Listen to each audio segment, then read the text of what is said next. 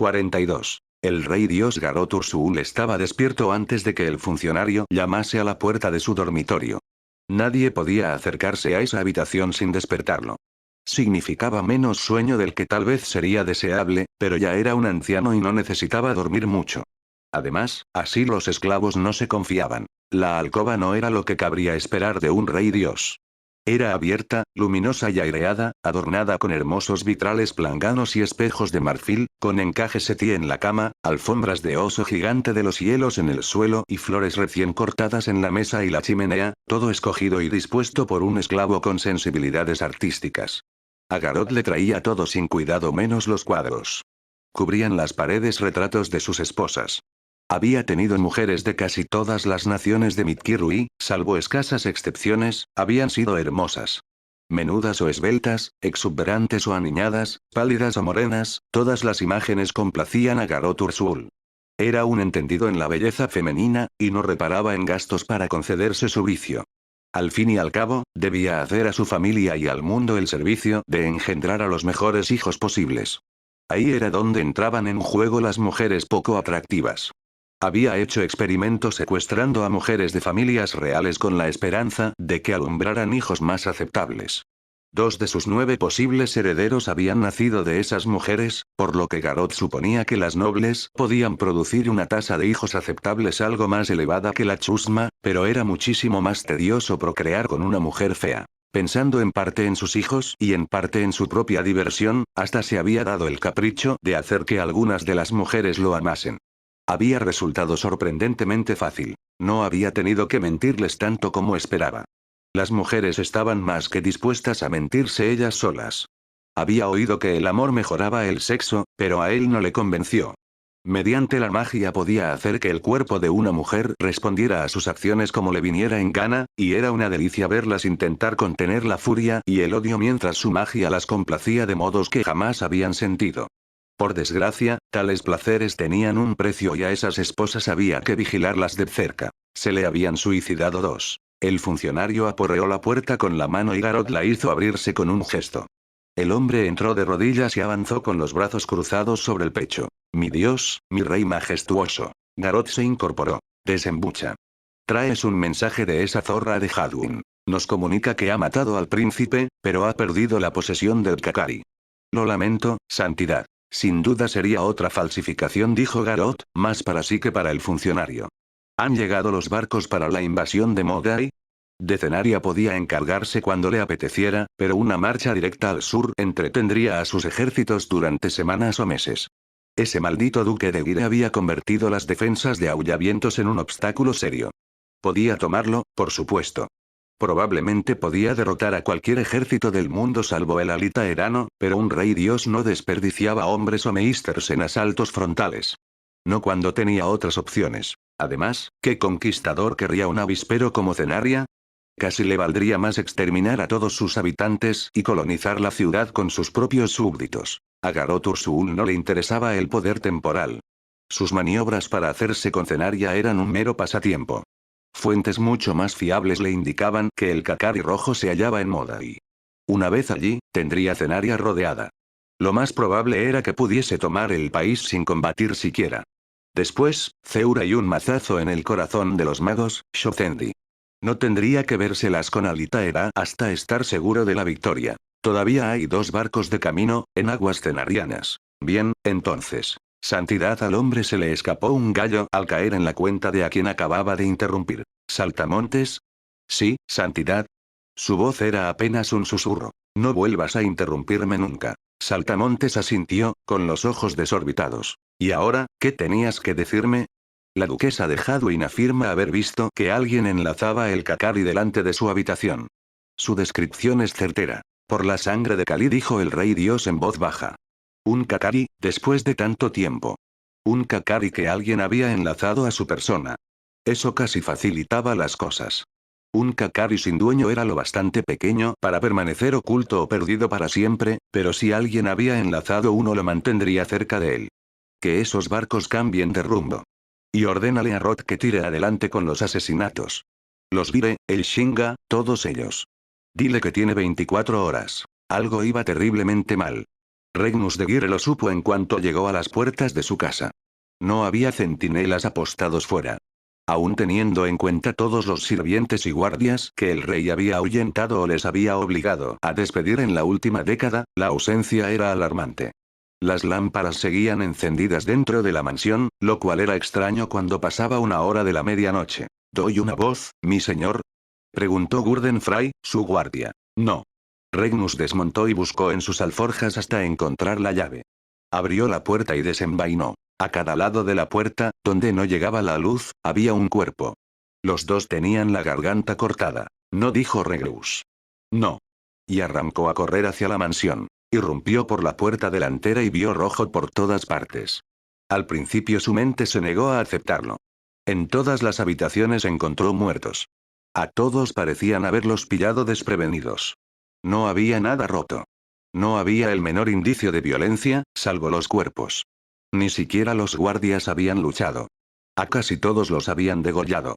Después habían vuelto los cuerpos de modo que sangrasen lo máximo posible. Allí estaba el viejo Dunel, sentado boca abajo en una silla. Más allá Marianne, que había sido el ama de cría de Logan, yacía en las escaleras con la cabeza en el escalón más bajo.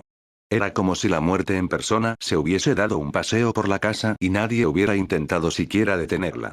Por todas partes Regnus vio sirvientes y amigos de confianza, muertos. Se descubrió corriendo escalera arriba, por delante de la estatua de los gemelos Grask, hacia la habitación de Katrina.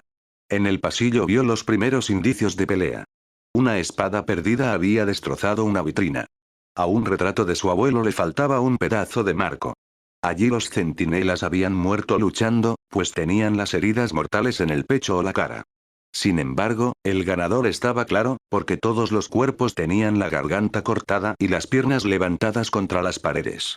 Los charcos procedentes de una docena de hombres confluían y cubrían el suelo como si fuese un lago de sangre. Gurden se arrodilló y tocó con los dedos el cuello de un amigo. Todavía están calientes, dijo. Regnus abrió de una patada la puerta de su habitación, que se estrelló con estruendo contra la pared. Si en algún momento de la noche había estado cerrada con llave, ya no lo estaba. Dentro había 4 hombres y 2 mujeres, sin ropa, tumbados boca abajo en un círculo abierto. Por encima de ellos, desnuda, colgada del revés por un pie atado a la lámpara del techo mientras la otra pierna pendía suelta en una postura grotesca, estaba Katrina. Grabada a cuchillo en los cadáveres, una palabra en cada espalda, estaba la frase: con mucho cariño, U patíbulo. El cuchillo clavado en su mayordomo Wendell North hacía las veces de punto. Regnus corrió. Corrió de habitación en habitación, buscando el pulso a los muertos, llamándolos por su nombre, volviéndolos para mirarlos a la cara. De pronto fue consciente de que Gurden lo zarandeaba. Señor. Señor. No está. Logan no está. Tenemos que irnos. Acompañadme. Dejó que Gurden lo sacara a rastras de la casa y el olor del aire limpio de sangre fue una delicia para sus sentidos. Alguien repetía una y otra vez. Dios mío, Dios mío, Dios mío. Era él mismo. Estaba balbuciendo. Gurden tiraba de él, dando traspiés, sin prestarle atención. Alcanzaron la entrada al mismo tiempo que 6 de los lanceros de élite del rey llegaban a caballo con las armas en ristre. ¡Alto! Ordenó el teniente de lanceros. Sus hombres rodearon en abanico a Regnus y Gurden. ¡Alto! ¿Sois Regnus de Guire? Algo en el acero desnudo y el sonido de su propio nombre lo despertó. Sí, dijo, mirándose la ropa ensangrentada. Después, con más fuerza. Sí, ese soy yo. Señor de Guire, tengo órdenes de arrestaros. Lo siento, señor. El teniente era joven. Tenía los ojos muy abiertos, como si no pudiera creerse a quien estaba prendiendo. ¿Arrestarme? Su pensamiento volvía poco a poco a su control, como un caballo que se hubiese desbocado y al cabo de un rato de galope estuviera dispuesto a someterse de nuevo. Sí, mi señor. Por el asesinato de Katrina de Guire. Una ola de frío se abatió sobre Regnus. Podía afianzar los pies o dejarse llevar por ella. Apretó la mandíbula, y las lágrimas que asomaron a sus ojos ofrecieron un extraño contraste con su voz de mando. ¿Cuándo te han dado esas órdenes, hijo?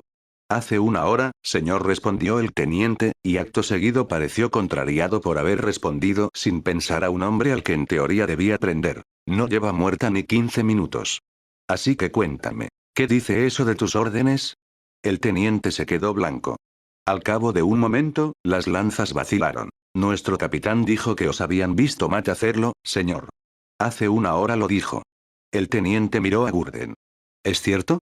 Id a comprobarlo vos mismo, dijo Gurden. El teniente entró, dejando encargado a sus hombres, nerviosos, que vigilaran al duque y a Gurden. Algunos de los soldados se asomaron a las ventanas y se apartaron enseguida. Regnus se consumía de impaciencia. Si pudiera disponer de algo más de tiempo, podría reflexionar, distanciarse. Volvían a correrle lágrimas por las mejillas, y no sabía por qué. Tenía que pensar. Podía averiguar el nombre del capitán, pero ese también estaría obedeciendo órdenes. Procediesen del sacajé, o del rey. Al cabo de unos minutos, el teniente regresó. Tenía la barba manchada de vómito y se estremecía violentamente. Podéis iros, duque de Guire. Y lo siento, dejadle marchar. Los hombres se retiraron y Regnus montó, pero no se fue todavía. ¿Serviréis a los hombres que han masacrado a mi familia entera? Preguntó. Pienso encontrar a mi hijo, y pienso encontrar a quien le falló la voz, y tuvo que aclararse la garganta. Venid conmigo, y os juro que serviréis con honor. Se le quebró la voz en la última palabra, y supo que no podía decir nada más. El teniente asintió. Estamos con vos, señor. Los hombres asintieron, y Regnus tuvo su primer escuadrón. Mi señor, prosiguió el teniente. La he bajado, señor. No podía dejarla así. Regnus no podía hablar. Dio un golpe feroz a sus riendas y salió al galope hacia las puertas de la villa. ¿Por qué no he hecho yo eso? Era mi esposa. ¿Qué clase de hombre soy? El general supremo Agon era uno de los pocos nobles que no habían estado en la fiesta de los Hadwin la noche anterior. No había sido invitado, aunque le importaba bien poco. El sol asomaba apenas por el horizonte, y la situación no mejoraba gran cosa a la luz del día. En circunstancias ordinarias, por supuesto, de los asesinatos se ocupaban los alguaciles. Pero en circunstancias ordinarias las víctimas del asesinato no estaban en la línea de sucesión al trono. Agon tenía que supervisar la investigación en persona. ¿Por qué no me contáis lo que sucedió realmente, duquesa? Preguntó.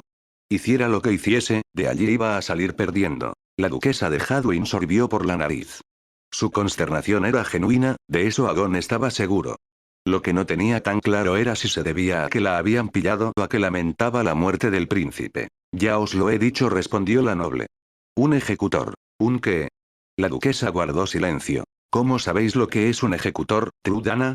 Ella meneó la cabeza. ¿Por qué intentáis confundirme? Os lo estoy contando. Había un asesino, aquí en este mismo pasillo. ¿Creéis que yo decapité a mi propio guardia? ¿Creéis que soy lo bastante fuerte? ¿Por qué no escucháis a Helene? Ella os lo contará. Cuernos. Agon ya había pensado en eso. No solo dudaba que la duquesa de Hadwin fuese lo bastante fuerte para decapitar a un hombre, sino que además no tenía un arma con que hacerlo. Y si acababa de asesinar al príncipe sin decirle una palabra, ¿por qué chillar y atraer gente al piso de arriba antes de limpiarse la sangre de las manos y la cara? Explicadme esto, dijo. Levantó el vestido rojo que la duquesa llevaba la noche anterior. Sus hombres lo habían descubierto hecho un fardo en el armario. Seguía húmedo de sangre que empezaba a formar costras. Mucha sangre. Después de que el asesino lo apuñalara, el príncipe se cayó, y yo lo recogí. Y murió en mis brazos. Intenté ir a buscar ayuda, pero el asesino seguía en el pasillo. Estaba aterrorizada. Me entró el pánico. No podía soportar llevar encima toda esta sangre. ¿Qué hacíais vos y el príncipe a solas en el dormitorio? La duquesa lo miró con los ojos como brasas ardientes. ¿Cómo osáis? ¿Cómo osáis vos, Trudana? Dijo Agon. ¿Cómo osáis engañar a vuestro marido no solo con el rey, sino también con su hijo? ¿Qué clase de perverso placer os procuraba eso? ¿Os satisfacía que el príncipe traicionase a su padre? Ella intentó darle una bofetada, pero Agon se apartó. No podéis abofetear a todos los habitantes del reino, Trudana. Hemos encontrado el cuchillo ensangrentado en vuestra habitación. Vuestras sirvientas juran que es vuestro. Yo diría que lo más probable es que acabéis siendo decapitada. A menos, claro está, que el rey decida que merecéis la muerte de un traidor plebeyo, en la rueda. Al oír eso, Trudana de Hadwin palideció primero y luego su piel adquirió un tono verdoso, pero no dijo otra palabra. Agon hizo un gesto furioso con la mano y sus hombres se la llevaron. Eso ha sido indigno de vos, dijo una mujer. Agon se volvió y vio a Helene Cromwell, la doncella de los Hadwin a la que habían encontrado apaleada e inconsciente en su habitación. Era curvilínea, guapa salvo por las cicatrices y los moratones de su cara. La duquesa de Hadwin se las daba de artista, de manera que le gustaba rodearse de cosas bonitas. Sí, dijo Agon. Supongo que tienes razón. Pero al ver lo que ha hecho, qué desperdicio. Mi señora ha tomado muchas decisiones erróneas, dijo Helene. Ha hecho daño a mucha gente, ha destrozado matrimonios, pero no es una asesina, General Supremo. Mi señor, yo sé lo que pasó aquí anoche. ¿De verdad? Con que eras tú la que lo sabía. Lo dijo con tono más cortante de lo que pretendía. Él mismo seguía intentando ensamblar las piezas. ¿Cómo habían matado a ese guardia, Retaco, ahora más merecedor que nunca de su apodo? ¿Por qué iba a matar la duquesa al príncipe en silencio y luego cambiarse de ropa, pero no terminar de lavarse las manos ni la cara antes de pedir ayuda a gritos? Si había matado al príncipe a sangre fría, tal vez en un arrebato de ira al verse abandonada, y si había conservado la serenidad suficiente para empezar a ocultar pruebas, sin duda habría rematado la faena en vez de pedir ayuda a voces. Aunque también era cierto que algunos invitados afirmaban que era una voz de hombre la que primero habían oído. El centinela había topado con el asesino, chillado algo incoherente y luego muerto decapitado. Decapitar a alguien no era fácil, Agon lo sabía. Aunque se cortase entre las vértebras, requería una fuerza considerable. Él mismo había examinado a Retaco y la hoja había atravesado una vértebra de parte a parte. Devolvió la mirada a Helene. Lo siento, dijo. Ha sido una noche difícil. Cualquier ayuda que puedas prestarme será bienvenida. La sirvienta alzó la vista, y tenía lágrimas en los ojos. Sé quién mató al príncipe. Es un ejecutor que se hace pasar por noble. Yo sabía lo que era y sabía que vendría, pero no creí que fuera a hacer daño a nadie. Se llama Kilar. Kilar Stern. ¿Qué? Preguntó Agon. Es cierto. Lo juro. Mira, jovencita, tu lealtad a tu señora es admirable, pero no tienes por qué hacer esto. Si te reafirmas en esa historia, irás a la cárcel. Como mínimo. Si se te considera cómplice, aunque sea involuntaria, del asesinato del príncipe, podrían ahorcarte. ¿Estás segura de que quieres pasar por eso, solo para salvar a Trudana de Hadouin?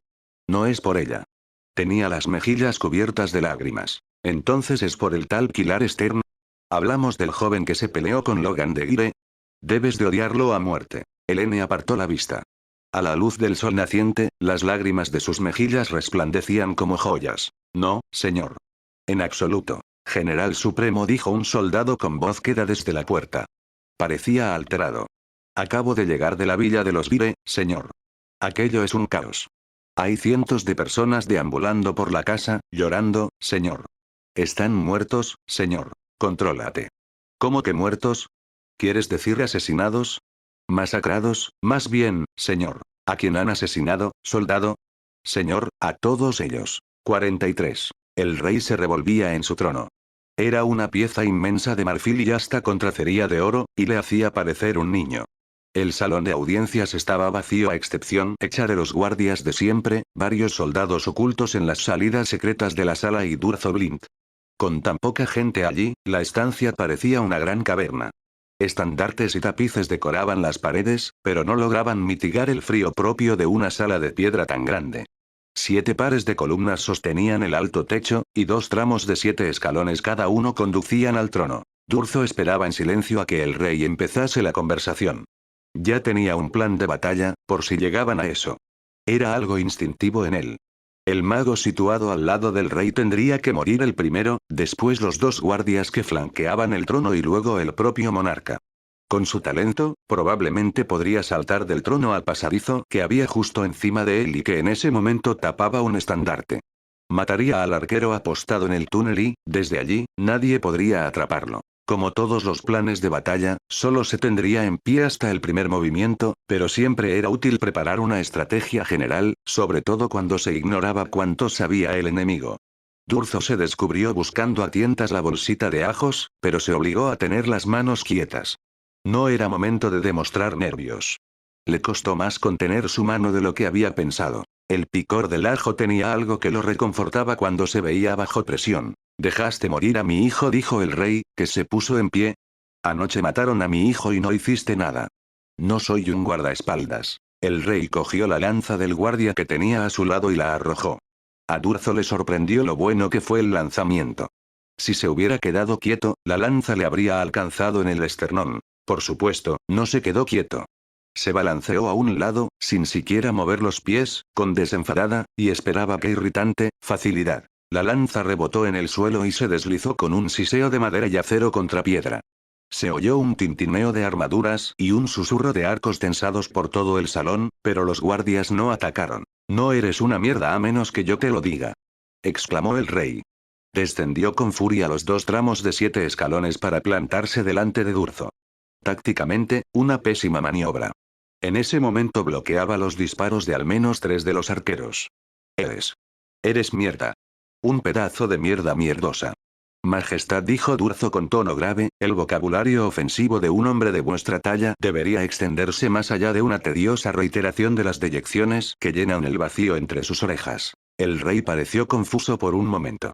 Los guardias se miraron entre ellos, horrorizados. Al captar su expresión, el rey cayó en la cuenta de que lo habían insultado. Dio un revés a Durzo, y el ejecutor encajó el golpe sin inmutarse.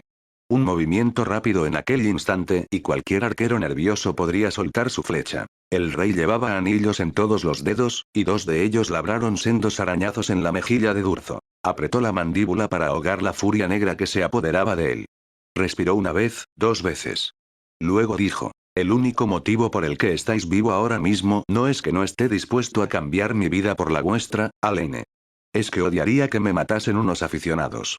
Pero debéis saber una cosa. Si volvéis a ponerme la mano encima, estaréis muerto en menos de un segundo. Majestad. El rey Alaine IX de Gunder levantó la mano, planteándose seriamente convertirse en el difunto rey Alaine IX de Gunder. Al final la bajó, pero un resplandor de triunfo iluminó sus ojos. No haré que te maten todavía, Durzo. No haré que te maten porque tengo algo mejor que la muerte para ti. Verás, lo sé todo sobre ti, Durzo Blint. Lo sé. Tienes un secreto, y yo lo conozco. Perdonadme el tembleque. Tienes un aprendiz. Un joven que se hace pasar por noble, un tal Kyle no sé qué. Un joven que vive con esos santurrones de los Drake, un estudiante muy bueno con la espada, ¿no es así, Maese Tully? A Durzo le recorrió la columna un escalofrío. Que los ángeles de la noche se apiaden de mí. Lo sabían. Eso era malo, peor que malo. Si sabían que Kilar era aprendiz suyo, no tardarían mucho en endilgarle la muerte del príncipe. Sobre todo con el espectáculo que había montado Kilar al pelearse con Logan de Guire.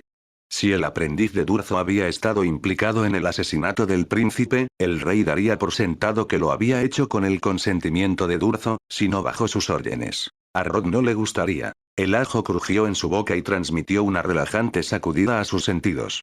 Respiró hondo y se obligó a calmarse. ¿Cómo se han enterado? Maese Tully. Maldición.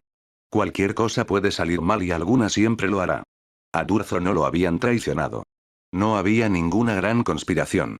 Ese nombre solo significaba que un espía del rey había estado observando a los Drake.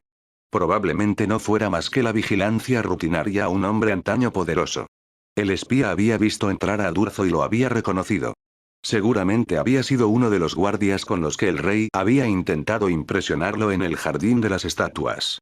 Daba igual. Uy, ojalá estuviera presente Brandt para verte esa cara, Durzo Blint. Por cierto, ¿dónde está Brandt? Preguntó el rey a un chambelán. Mi señor, ya está en el castillo, de camino hacia aquí para informaros. Ha pasado por la villa de los Guire después de investigar los sucesos en casa de los Hadwin. A Durzo se le hizo un nudo en la garganta. Agon habría atado los cabos sobre Kilar. Si no se marchaba antes de que llegara el general, era hombre muerto. El rey se encogió de hombros. Él se lo pierde.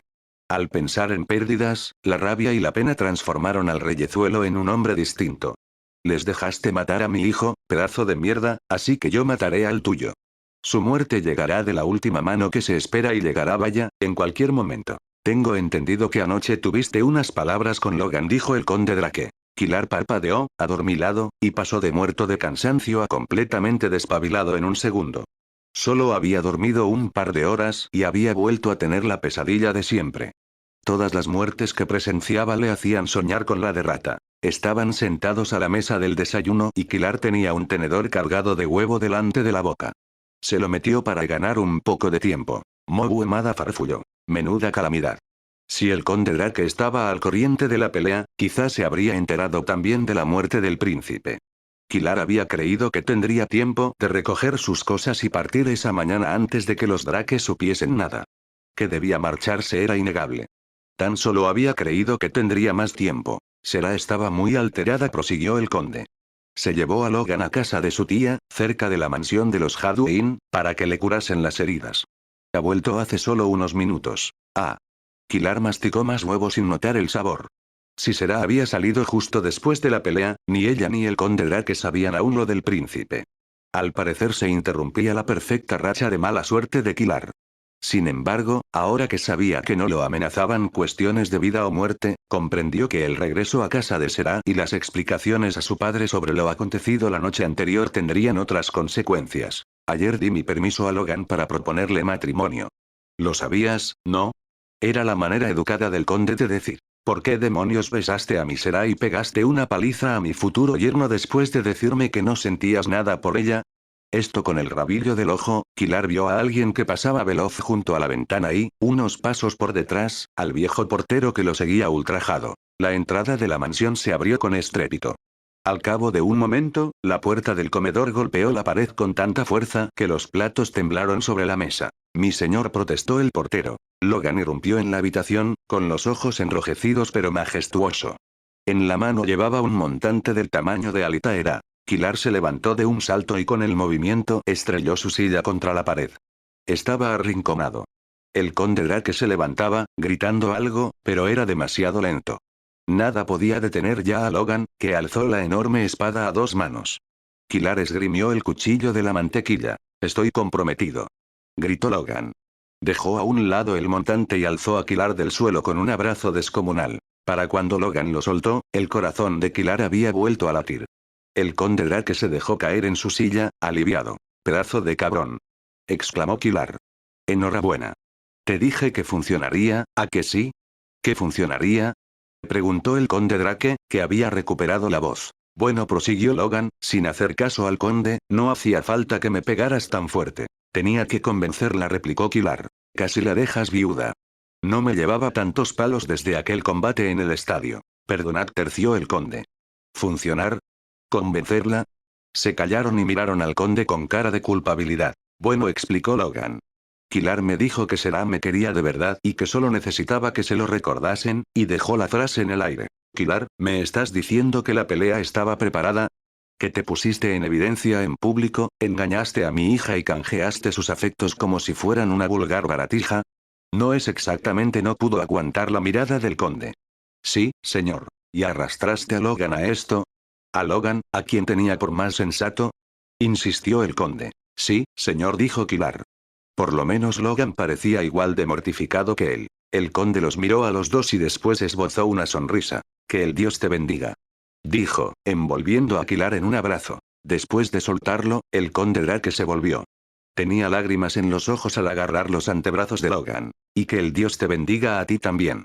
Hijo. El general supremo Agon llegó al patio del castillo hecho una furia, flanqueado por sus guardaespaldas. El día ya había sido largo, y el sol aún no llevaba más de 3 horas en el firmamento. Al verle la expresión, los centinelas se apresuraron a abrirle las puertas del castillo para no hacerlo esperar. Los sirvientes desaparecieron raudos de los pasillos. Al entrar en la sala de audiencias, se cruzó con un hombre envuelto en una capa que le resultó vagamente familiar, pero llevaba la capucha puesta y no se le veía la cara. Uno de los espías del rey, sin duda.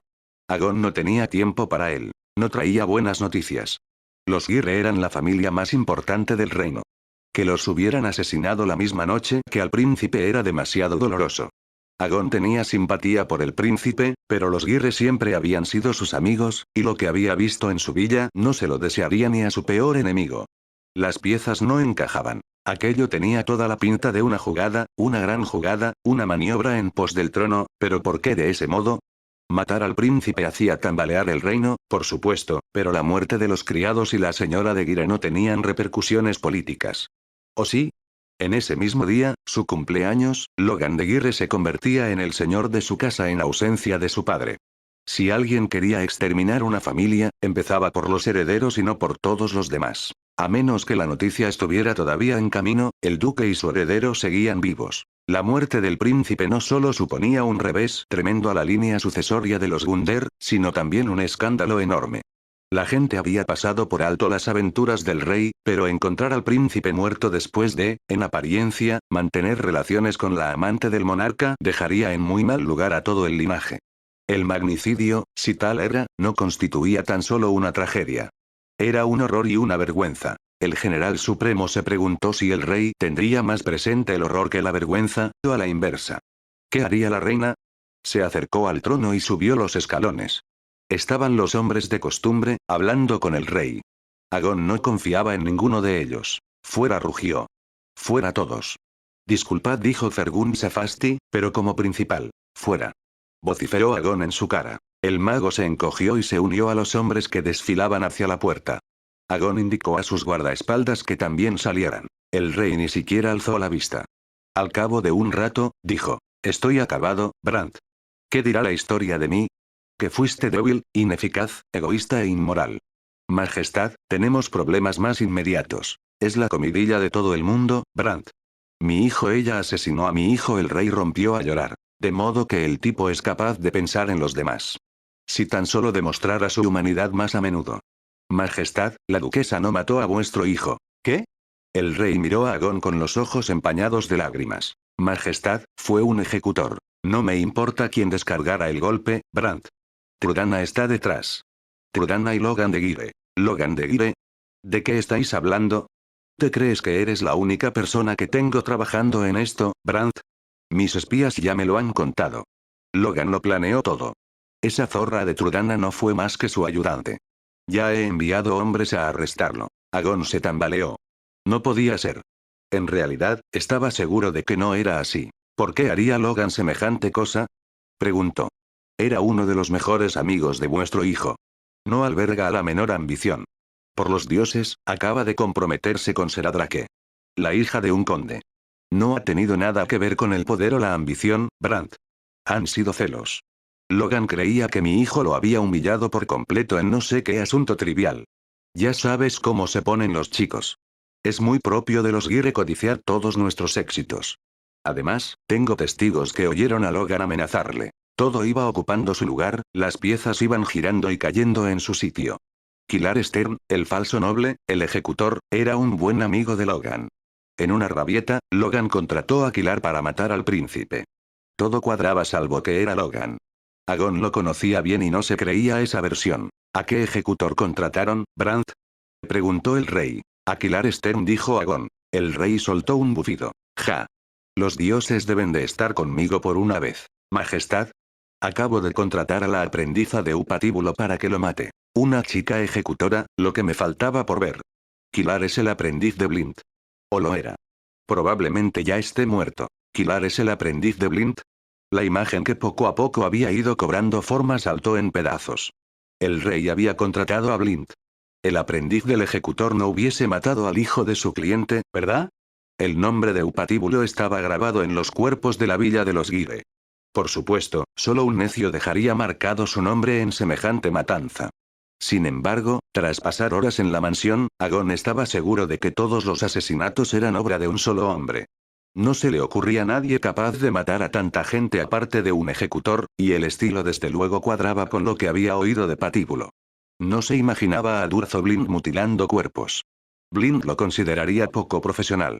Patíbulo solo firmaría la masacre si creyera que las autoridades nunca tendrían la oportunidad de ir a por él. El rey había dicho que el asesinato del príncipe no tenía nada que ver con el poder, pero estaban en Cenaria. Allí todo tenía que ver con el poder. Si el aprendiz de Durzo Blind realmente había matado al príncipe, ¿por qué dejaría un testigo? El aprendiz de Blind sería igual de profesional que su maestro. Un testigo era un cabo suelto fácil de atar. Todo tenía que ver con el poder. Agón arrugó la frente. ¿Ha llegado alguna noticia de la guarnición de Aullavientos? No. De manera que el ejército calidorano está al menos a 4 días de distancia. ¿Qué pensáis hacer con la fiesta de esta noche?